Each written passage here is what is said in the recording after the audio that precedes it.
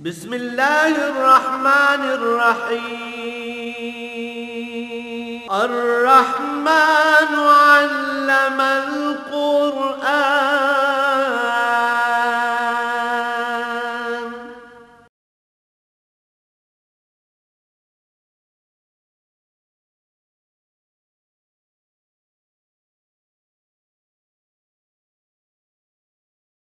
الحمد لله رب العالمين والصلاة والسلام على حبيبه محمد وآله وصحبه أجمعين. أعوذ بالله من الشيطان الرجيم. بسم الله الرحمن الرحيم. إن المنافقين في الدرك الأسفل من النار ولن تجد لهم نصيرا إلا الذين تابوا وأصلحوا واعتصموا بالله وأخلصوا دينهم لله فأولئك مع المؤمنين فسوف يؤتي الله المؤمنين أجرا عظيما. ما يفعل الله بعذابكم إن شكرتم وآمنتم وكان الله شاكرا عليما. اللهم سبحانك لا علم لنا إلا ما علمتنا إنك أنت العليم الحكيم. مولاي صل وسلم دائما ابدا على حبیبک خیر الخلق کلہم. گزشتہ آیہ کریمہ میں اللہ کریم نے بڑی تاکید سے یہ بات فرمائی کہ مومن مومن ہے اور کافر کافر ہے. جہاں تک انسانی رشتوں کا تعلق ہے تو انسانی حقوق اللہ نے تمام انسانوں کو یکساں دی ہیں. انسانی حقوق میں شمار ہوتا ہے زندہ رہنے کا حق، انسانی حقوق میں شمار ہوتا ہے عقیدہ رکھنے کا حق. یہ دو بنیادی حقوق ہیں جو سارے انسانی حقوق کو جامع ہے. دنیا کے لیے وہ کیا چاہتا ہے، آخرت کے لیے وہ کیا چاہتا ہے. اگر کوئی ایمان نہیں لانا چاہتا تو نہ لائے، اس کے انسانی حقوق مجروح نہیں ہوں گے. اگر وہ اسلامی ریاست میں ہے اور کافر ہے تو اس کی زندگی کا تحفظ، اس کی زندگی کے وسائل، روزگار کے مواقع، علاج کے مواقع، بچوں کی تعلیم و تربیت کے مواقع، ہر طرح کا اس کی آبرو کا تحفظ، یہ دینا اسلامی ریاست کی ذمہ داری ہے. لیکن اس سب کے باوجود ایسی ملازمت اسے نہیں دی جائے گی جو اسلامی ریاست کے شرعی فیصلوں پر اثر انداز ہوتی ہے. جیسے ہمارے ہاں کافروں کو بھی چیف جسٹس آف پاکستان بنا دیا جاتا ہے، ایسا نہیں ہوگا. یہ ان کا حق نہیں ہے.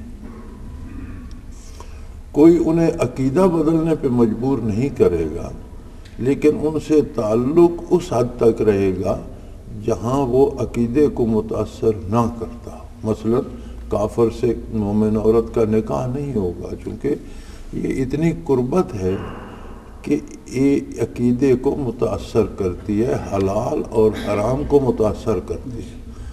تو کافر عورت مومن مرد کے لیے حلال نہیں ہے، اسی طرح مومنہ عورت کافر مرد کے لیے حلال نہیں ہے. تو شرعی حلال حرام جہاں متاثر ہوں گے وہاں کافر سے تعلق نہیں ہوگا.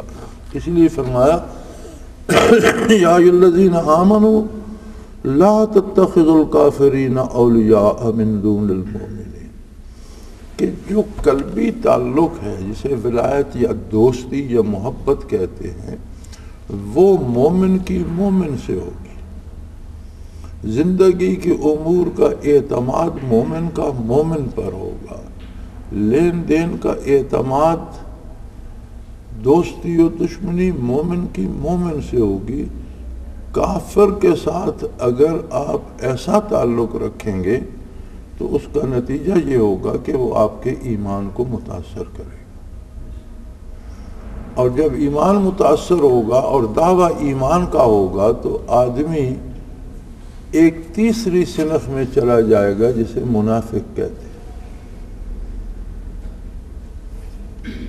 3 ہی قسم کے لوگ ہیں دنیا میں، وہ لوگ جن کا عقیدہ درست ہے، مومن ہیں، اور عقیدے کے لیے شرط ہے کہ وہ عقیدہ ہو جو محمد الرسول اللہ صلی اللہ علیہ وسلم نے تعلیم فرمایا، جو حضور نے سمجھایا، جو صحابہ کرام رضوان اللہ علیہم اجمعین نے سمجھا، جس پر حضور کی زندگی میں صحابہ نے عمل کیا اور حضور صلی اللہ علیہ وسلم نے اس کی تصدیق فرمائی کہ یہ اسلام ہے۔ وہی اسلام آج بھی ہے، کوئی اس میں کمی بیشی نہیں کر سکتا، اور یہ قیامت تک کے لیے۔ اب اگر ہم اپنی نیکی بدی کا انحصار، اپنے مالی معاملات کا انحصار، اپنے دفاعی معاملات کا انحصار، ریاستی امور کا انحصار کافر طاقتوں پہ رکھیں گے، قرآن کریم ایک جگہ ارشاد فرماتا ہے کہ یہ کافر کی دوستی جو ہے، یردوکم بعد ایمانکم کافرین، اگر کافر پر بھروسہ کرو گے اور اس کے اعتماد پر اپنے معاملات درست کرنا چاہو گے تو اس کی پہلی کوشش یہ ہوگی کہ ایمان کے بعد تمہیں پھر کفر میں لے جائے۔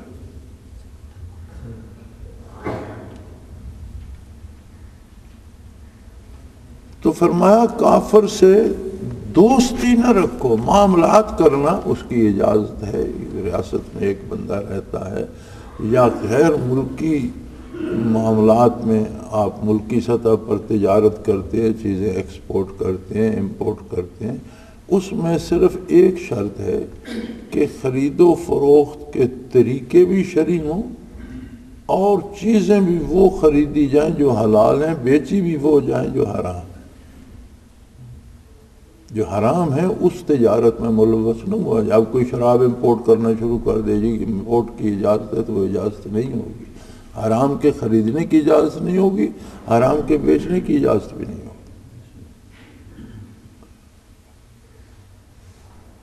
اسی طرح دفاعی امور میں ہمارے حکمران جب بھی بولتے ہیں تو کہتے ہیں جی وہ میثاق مدینہ منورہ حضور نے کافروں سے اور یہودیوں سے کیا تھا۔ یہ بات بھول جاتے ہیں کہ میثاق مدینہ منورہ کیا تھا۔ میثاق مدینہ منورہ جو یہودیوں سے ہوا وہ یہ تھا کہ کوئی بیرونی طاقت مشرکین مکہ یا کوئی اور، جیسے کیسر بھی تلتا رہا کہ میں اس عرب کی نوزائیدہ ریاست کو نابود کر دوں، جس کے دفاع کے لیے نبی کریم صلی اللہ علیہ وسلم تبوک تشریف لے گئے، غزوہ تبوک جس کا نام ہے۔ یہ الگ بات ہے کہ وہاں جنگ نہ ہوئی اور کفار کو اور کیسر کو فوجیں بھیجنے کی جرت نہ ہوئی، حضور تشریف لے گئے تبوک تک دفاع کے لیے۔ تو کوئی بھی باہر کی طاقت اگر مدینہ منورہ پہ حملہ کرے گی تو چونکہ یہودی اور جو تھے وہ بھی مدینہ منورہ کے رہائشی تھے تو شہر کا دفاع تم پر بھی اتنا ہی لازم ہوگا جتنا مسلمانوں پہ ہو، کیونکہ تم بھی اس شہر کے شہری ہو۔ لہذا دفاع میں تم مسلمانوں سے نہ صرف تعاون کرو گے بلکہ شانہ بشانہ تمہیں لڑنا ہوگا۔ لیکن اس معاہدے کا ہوا کیا؟ غزوہ خندق میں مشرکین عرب نے جب مدینہ منورہ کو گھیر لیا اور بے شمار لشکر لے کر چڑھ دوڑے تو معاہدہ ہونے کے باوجود یہودیوں نے مشرکین سے ساز باز کی اور مسلمانوں کی پیٹھ میں خنجر گھونپنا چاہا۔ اللہ مسلمانوں کے ساتھ تھا، نبی کریم صلی اللہ علیہ وسلم بنفس نفیس جلوہ افروز تھے، لہذا مسلمانوں کو فتح ہوئی اور مشرکین کے لشکر نامراد لوٹے تو حضور اکرم صلی اللہ تعالی علیہ وسلم نے واپس در اقدس پہ پہنچ کر، خانہ مبارک پہ پہنچ کر خود مبارک سر سے اتارا اور پانی کا چلو سر اقدس پہ ڈالا، اور غالباً دوسرا چلو مبارک حضور ڈال رہے تھے کہ فوراً جبرائیل امین حاضر ہوئے اور عرض کیا رسول اللہ کریم کا حکم ہے کہ آپ ذرا نہ اتاریں نہ اہل لشکر کو اتاریں۔ 32-34 دن مختلف روایات ہیں، بہرحال 30 سے زیادہ دن محاصرہ رہا، اور کل 3000 کی آبادی تھی مدینہ منورہ کی، اور وہ 32-34 دن خالی پیٹ برسر پیکار رہے۔ مشرکین خندق عبور کرنے کی کوشش کرتے رہے، مسلمان دفاع کرتے رہے، جنگ جاری رہی، رات دن 24 گھنٹے، کوئی لمحہ فرصت کا نہیں تھا۔ اور کچھ زخمی تھے، باقی سارے لوگ تھکاوٹ سے چور تھے، لیکن اللہ نے حکم دیا کہ نہیں، کوئی بھی زرہ نہیں اتارے گا، اور یہی لشکر فوراً بنو قریظہ پہنچے۔ یہود نے دھوکہ دیا ہے، ان کا ابھی قلعہ کما کیا جائے۔ چنانچہ حضور صلی اللہ علیہ وسلم نے حکم دے دیا کہ عصر کی نماز بنو قریظہ جا کر پڑھو، اور خود حضور بھی تشریف لے گئے اور یہود کا قلعہ کما فرمایا۔ یعنی میثاق مدینہ کو اس کے سیاق و سباق سارے میں دیکھا جائے نا۔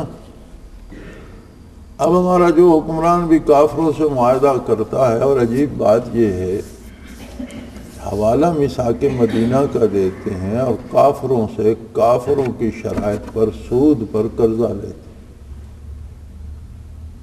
ہیں۔ کیسی عجیب بات ہے کہ کردار کیا ہے اور حوالے کہاں کے دے رہے ہیں۔ کیا میثاق مدینہ میں خلاف شریعت کسی بات پہ معاہدہ تھا؟ تمہارے معاہدے تو سارے خلاف شریعت ہوتے، تمہارے معاہدے تو یہ ہے کہ ہمارے لوگوں کو مارتے رہو، ہم احتجاج کرتے رہیں گے، اس کی پرواہ نہ کرو۔ یہ بھی معاہدہ ہے حکومت کا۔ یہودیوں نے مسلمانوں کو قتل نہیں کیا تھا، ساز باز مسلمانوں کے خلاف کی تھی مشرکین عرب کے ساتھ مل کر، اور ان کی مدد کرنا چاہی تھی، لیکن اللہ نے انہیں نامراد کیا۔ اور جیسے ہی غزوہ خندق ختم ہوا، فرمایا کوئی شخص زرہ نہ اتارے، پہلے ان کا قلعہ کما کر۔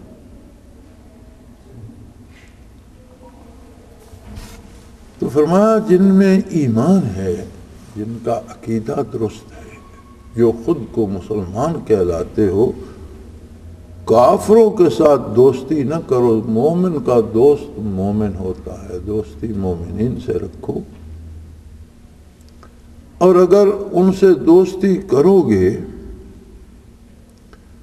تو اللہ تعالیٰ کی طرف سے تم پر سری حجت قائم ہو جائے گی۔ تم میرے بندے تو نہیں تھے، تم نے مجھ پر اعتماد نہیں کیا، میرے نہ ماننے والوں پر اعتماد کیا۔ تم سمجھتے تھے کہ تمہاری مشکلات کا حل اور تمہاری ضروریات کی تکمیل وہ کر سکتے ہیں جو میری الوہیت کے ہی قائل نہیں، جو مجھے خالق برحق مانتے ہی نہیں۔ اور اب تو ہم ان سے معاہدے کر رہے ہیں جو کہتے ہیں ہم انسان تو ہیں ہی نہیں، ہم تو بندروں کی اولاد ہیں۔ کم از کم اس زمانے کے کافر خود کو بندروں کی اولاد نہیں کہتے تھے، اللہ کی مخلوق تو مانتے تھے، اللہ کی عظمت کے بھی قائل تھے۔ ان کا شرک یہ تھا کہ صفات میں بہت سارے شریک بنا لیے تھے کہ یہ بارش دینے والا دیوتا ہے، یہ اولاد دینے والا دیوتا ہے، یہ لڑائی میں فتح دینے والا دیوتا ہے، یہ رزق دینے والا ہے، بت ہے، لیکن ان سب کے اوپر اللہ کو مانتے تھے۔ اللہ نے فرمایا مجھے ایسا منوانے کی ضرورت نہیں ہے کہ اختیارات تم بانٹ دو بتوں میں اور مجھے اوپر بڑا بنا کر بٹھائے رکھو، نہ مجھے ایسا مانو کہ میرا شریک کوئی بھی نہ ہو، نہ میری ذات میں نہ میری صفات میں۔ تو وہ کم از کم خود کو بندروں کی اولاد تو نہیں کہتے تھے۔ آج کے جو جتنے یہ اہل مغرب جو ہیں یہ تو کہتے ہیں ہم تو اولاد ہی، یہ تو خود کو انسان مانتے ہی نہیں، یہ بندروں کی اولاد ہیں اور ایپ سے بن گئے ہیں۔ تو ان پہ امید رکھنا، توقع رکھنا، حتیٰ کہ ہم تو اب اس حد تک چلے گئے ہیں کہ کہیں کسی کا کوئی پتھر دیوار کا گر جائے، میاں بیوی میں جھگڑا ہو جائے تو کہتے ہیں امریکہ نے کرایا ہوگا۔ یعنی خود اتنی اہمیت دے دی ہے عالم کفر کو کہ دنیا میں جو کچھ ہوتا ہے وہی کرا رہا ہے، حالانکہ انہیں خود اللہ نے اپنی مصیبت میں گرفتار کیا۔ اللہ کی گرفت بڑی عجیب ہوتی ہے۔ امریکہ کے جس صدر نے بہت بڑی کوشش کی منشیات کے خلاف، اور منشیات کیا ہیں؟ منشیات وہ نشے ہیں جو مشرق سے مغرب کو جاتے ہیں، جو مغرب سے نشے مشرق کو بیچے جاتے ہیں وہ منشیات میں نہیں ہیں۔ جتنی شراب ایکسپورٹ ہوتی ہے مغرب سے چونکہ آتی ہے وہ منشیات میں نہیں ہے، ہر ملک میں بکنی چاہیے۔ برطانیہ نے چین کے ساتھ جنگ کی تھی جسے ابھی تک دا اوپیم وار، جنگ افیون کہتے ہیں، کہ برطانیہ چین میں افیون بیچتا تھا اور چینی حکمرانوں نے اس سے روکا تو اس پر جنگ ہوئی، باقاعدہ برطانوی فوجوں نے چین پر حملہ کیا۔ اس جنگ کا نام ہی دا اوپیم وار ہے، افیون کی جنگ۔ یعنی اگر وہ مغرب والے نشہ بیچیں تو وہ منشیات میں نہیں ہے، مشرق سے مغرب کو جائے تو چونکہ مغرب کا سرمایہ ادھر آتا ہے اور نشہ پی کے ان کے لوگ بیکار ہوتے ہیں، لہذا وہ منشیات میں ہے۔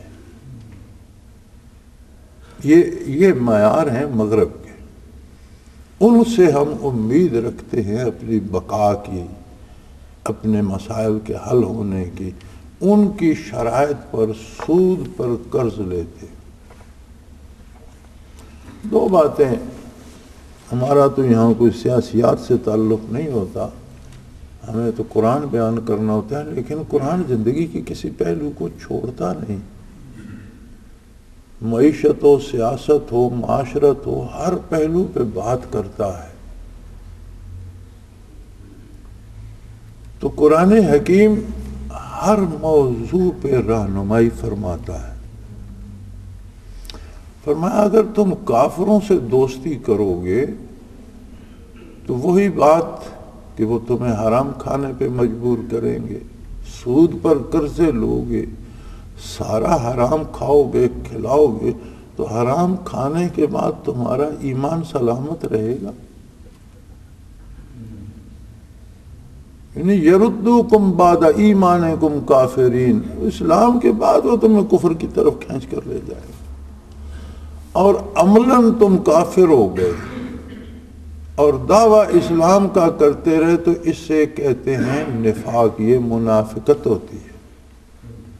مومن، کافر اور تیسرا درجہ ہے نفاق۔ ان تین قسموں کے علاوہ روئے زمین پر کوئی چوتھی قسم کا انسان نہیں ہے۔ کفر کی الگ الگ قسمیں ہیں، کوئی بڑا کافر ہے، کوئی چھوٹا، لیکن سارے کافر کا الکفر ملت واحدہ۔ کتے سارے کتے ہوتے ہیں، کوئی شکاری ہوتا ہے، کوئی پہرے داری کا ہوتا ہے، کوئی لڑائی والا ہوتا ہے، ان کے آگے اوصاف اور نسلیں الگ ہوتی ہیں، لیکن بنیادی طور پر تو سارے کتے ہوتے ہیں۔ اسی طرح کافر سارے کافر ہیں، مومن سارے مومن ہیں، منافق سارے منافق۔ پھر اللہ کریم منافقین کی بات کرتا ہے کہ یہ بات یاد رکھو، اگر تمہارا دعویٰ اسلام کا رہا اور کردار کافروں کا ہو گیا تو یہ نفاق ہے۔ ان المنافقین فی الدرک الاسفل من النار ولن تجد لهم نصیرا، جائیں گے تو کافر بھی جہنم میں، اور جہنم بہت بری جگہ ہے، اللہ پاک پناہ دے۔ جہنم کے عذاب دنیا میں سوچا نہیں جا سکتا، نہ جنت کی راحتیں دنیا میں تصور میں لائی جا سکتی ہیں، نہ جہنم کے عذابوں کے بارے دنیا میں کوئی تصور قائم کیا جا سکتا۔ لیکن منافق جو ہیں وہ کافروں سے بھی جہنم کے نچلے ترین درجے میں ہوں گے۔ دوسری جگہ قرآن حکیم میں ہی موجود ہے کہ کافروں کے خون اور پیپ جو ان کے زخموں سے بہے گا وہ منافقین کی غذا ہوگا، کہ سب سے نیچے ہوں گے۔ ان المنافقین فی الدرک الاسفل من النار، دوزخ کے سب سے نچلے خانے میں، یقیناً، تاکید کے ساتھ فرمایا انا لگا کر، یقیناً منافق دوزخ کے سب سے نچلے خانے میں ہوں گے، اور اے مخاطب ولن تجد لہم نصیرا، اور کوئی ان کی مدد کرنے والا نہیں، کوئی بھی مددگار، کوئی بھی دعا کرنے والا، کوئی بھی شفاعت کرنے والا، وہ نبی ہو، رسول ہو، ولی ہو، شہید ہو، صدیق ہو، ان کی مدد کوئی نہیں کر سکے، نہ کافر کی نہ منافق، کیونکہ نفاق بھی کفر ہی کی قسم ہے، لیکن اس کی رحمت کتنی وسیع ہے یہ ہم سوچ نہیں سکتے۔ وہ فرماتا ہے یہ سب کچھ کرنے کے بعد بھی منافقین بھی اگر اس دنیا میں جب تک مکلف ہیں الا الذین تابوا، سوائے ان لوگوں کے جو اس مکلف زندگی میں توبہ کر لیں،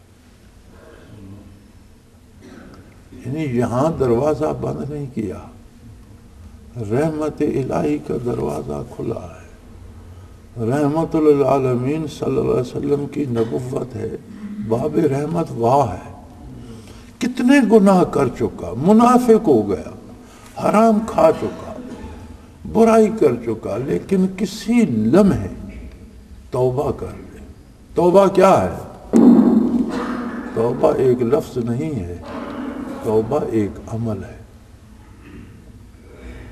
توبہ سے مراد ہوتی ہے کہ جو غلط کرتا رہا ہے اس کا احساس ہو جائے اور اللہ سے عہد کرے کہ اے اللہ گزشتہ کو تو معاف فرما دے، آئندہ میں ایسا نہیں کروں گا۔ اس عمل سے باز آ جائے، اپنا عقیدہ بھی صحیح کر لے، اپنا کردار بھی درست کر لے اور دامان رحمت سے وابستہ ہو جائے۔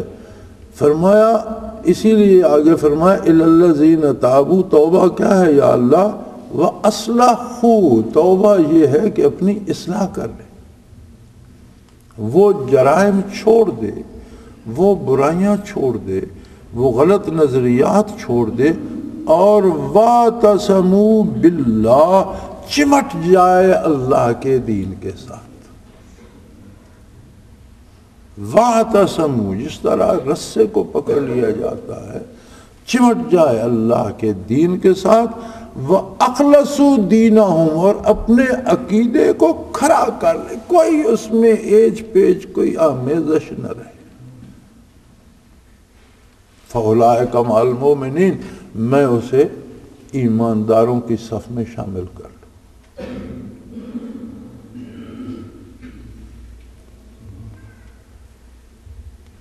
اور فرمایا یہ یاد رکھو، ایمانداروں کی صف میں شامل ہو جانا معمولی بات نہیں ہے، اس لیے وَسَوْفَ يُؤْتِ اللَّهُ الْمُؤْمِنِينَ أَجْرًا عَظِيمًا، یہ تھوڑا سا محدود وقت ہے دنیا کا، کوئی پتہ نہیں کس گھڑی قیامت قائم ہو جائے، لیکن حضور صلی اللہ علیہ وسلم کا ارشاد ہے من مات فقد قام قیامت ہو کما قال رسول اللہ علیہ وسلم، کہ جو مر جاتا ہے اس کی تو قیامت ایک طرح سے قائم ہو گئی، عمل کا موقع ختم ہو گیا، جزا دار الجزا میں پہنچ گیا۔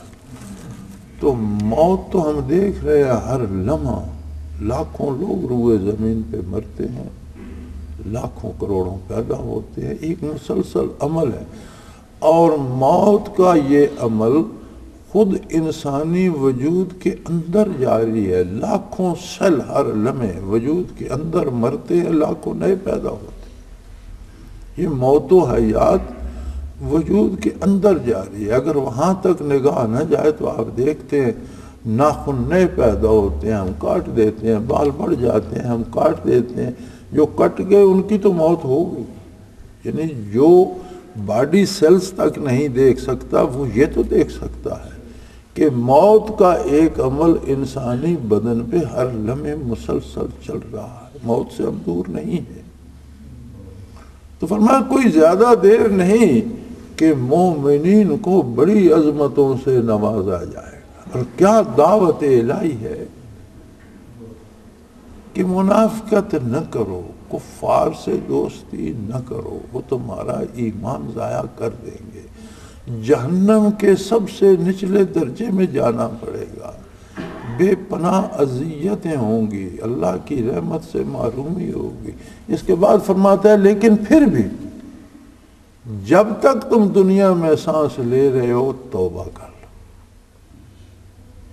وَأَصْلِحُوا اپنی اصلاح کرو، غلط کردار کو چھوڑو، نیک کردار اپناؤ۔ ہمارے یہاں مصیبت یہ ہے کہ ہر بندہ کہتا ہے کہ لوگوں کو صحیح ہونا چاہیے، کوئی یہ نہیں کہتا کہ مجھے ٹھیک ہونا چاہیے۔ ہر بندے کو دکانداروں سے شکایت ہے، بسوں والوں سے شکایت ہے، تھانے والوں سے شکایت ہے، حکمرانوں سے شکایت ہے، ہر بندے سے شکایت ہے، پٹواری سے لے کر وزیر اعظم تک۔ یہ صحیح کیوں نہیں ہوتے؟ بھئی یہ صحیح اللہ سب کو کرے ہو جائے، لیکن پہلے ہم خود تو صحیح ہوں، اپنے آپ کو تو پہلے صحیح کرو، تم نے تو اپنا جواب دینا ہے۔ تو فرمایا اگر تم توبہ کرو، توبہ کیا ہے؟ اصلحوا اپنی اصلاح کرو، واعتصموا باللہ چمٹ جاؤ اللہ کے ساتھ، پھر اللہ کے حکم کے علاوہ کوئی دوسرا کام نہ کرو، حکم عدولی نہ کرو۔ وَأَخْلَصُوا دِينَهُمْ اپنے عقیدے کو خالص کر لو، کھڑا کر لو، میں تمہیں مومنین میں شامل کر دوں گا، اور تم دیکھو گے کوئی لمبی دیر نہیں ہے مومنین کو کیا کیا عظمتیں عطا ہوگی۔ ما یفعل اللہ بعذابکم، اللہ کو کیا ضرورت ہے تمہیں عذاب کو، تمہاری حیثیت کیا ہے؟ ہم بھی مخلوق ہیں، ادنا سی کیڑی بھی مخلوق ہے، وہ کیڑی کوئی ریزہ ہماری خوراک کا اٹھا کے لے جاتی ہے جو ہمارے ہاتھ سے گر جاتا ہے، کسی کو دیکھا ہے وہ کیڑی کے پیچھے بھاگ رہا ہو کہ اس نے میری روٹی اٹھا لی، میں اسے مار کے چھوڑوں؟ کیوں؟ میرے کس کی کیا حیثیت ہے؟ وہ ایک چھوٹا سا ریزہ جو میرے تو ہاتھ میں بھی نہیں آتا تھا گر گیا، اس نے اٹھا کے کیا ہوا؟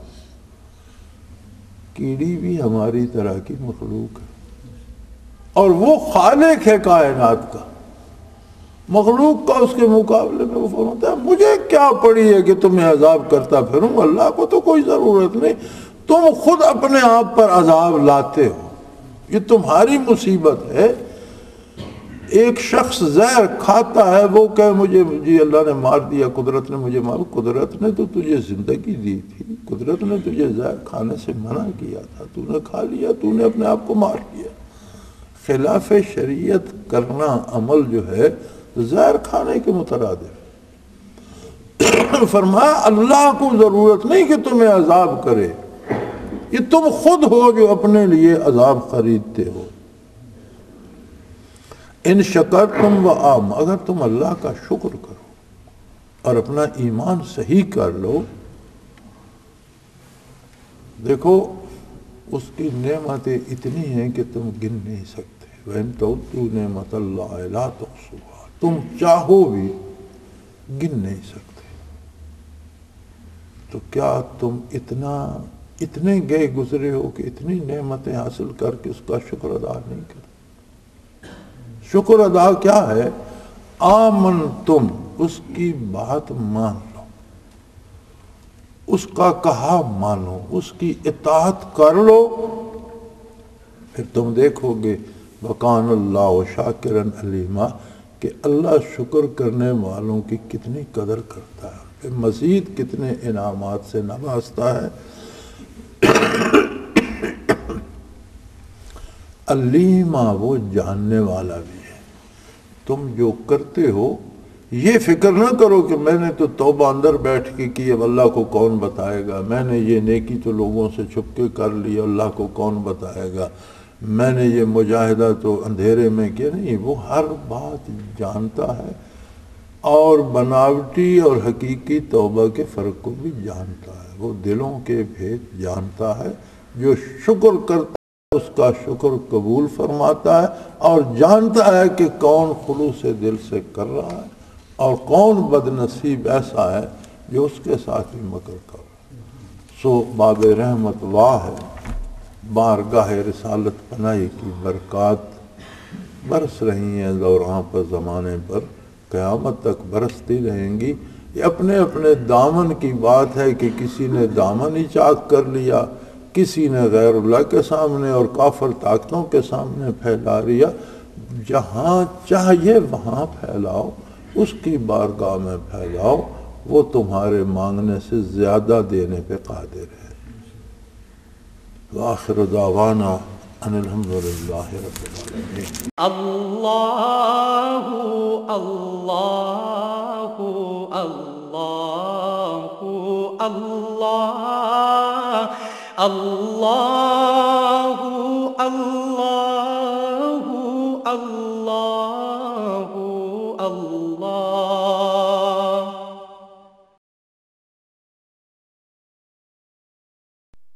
حضرت امیر محمد اکرم آوان مد ظلہ العالی دارالعرفان منارہ ضلع چکوال میں سالہ سال سے قرآن و حدیث کے اوپر خطابات کر رہے ہیں اور سلسلہ نقشبندیہ اویسیہ کے مطابق لوگوں کو ذکر الہی کی تربیت دے رہے ہیں۔ وہ قرآن پاک کی تفسیر ترتیب وار بیان کر رہے ہیں۔ تفسیر قرآن کو وہ موجودہ ملکی اور بین الاقوامی حالات کے مطابق بیان کرتے ہیں۔ موٹر وے سے کلر کہار کے انٹرچینج سے نکلتے ہوئے کلر کہار کی جھیل سے ہوتے ہوئے میانی، بوچھال اور نور پور سے گزرتے ہوئے دارالعرفان منارہ پہنچ سکتے ہیں۔ حضرت امیر محمد اکرم آوان نے بچیوں اور بچوں کی دینی اور دنیاوی تعلیم کے لیے سقارہ اکیڈمی کے نام سے ایک درسگاہ بھی قائم کی ہے، جس کا افتتاح ملک پاکستان کے صدر جنرل محمد ضیاء الحق نے اپنے دست مبارک سے کیا تھا۔ وہ تمام احباب جو اسلام کی طلب رکھتے ہیں ان سے گزارش ہے کہ دارالعرفان منارہ ضلع چکوال میں امیر محمد اکرم آوان صاحب کے خطابات سے مستفید ہوں۔ وہ ہر جمعے کو نماز سے پہلے بیان فرماتے ہیں۔ ہر ماہ کی پہلی اتوار کو ماہانہ اجتماع ہوتا ہے جس میں آپ خصوصی خطاب فرماتے ہیں اور پاکستان کے چاروں صوبوں سے احباب اس اجتماع میں شرکت کرتے ہیں۔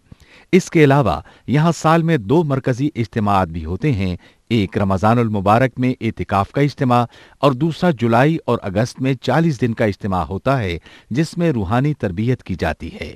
اپنا خون سیماب دے کر اتنا ہم کر جائیں گے، نام آقا کا چمن میں پھر رقم کر جائیں گے۔